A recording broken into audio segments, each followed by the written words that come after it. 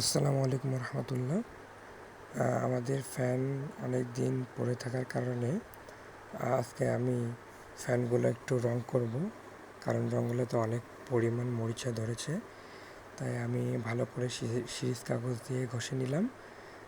এখানে ফ্যানের পাইপটা সেটা ঘষে নিলাম। এখন আমরা ব্যবহার করব ক্রিম হোয়াইট, এই রঙটা। এটা হলো স্প্রিট রং। তো এখন আমি এগুলো রং করতেছি, আপনারা দেখেন।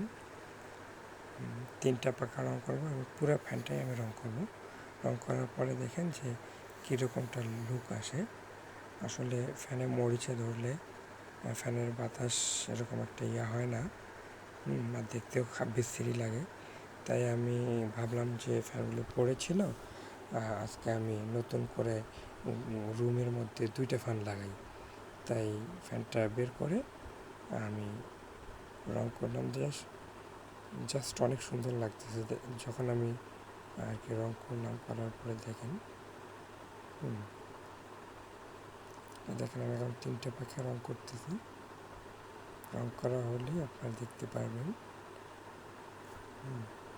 রংটা শুকালে খুব সুন্দর লাগবে। এই দেখেন আমার রং করা শেষ। আমি এখন ফিটিং করব। ফিটিং করে আপনারা দেখতে পারবেন কীরকম লাগে। এই যে একদম ফাইনালি আমাদের রং করা শেষ এবং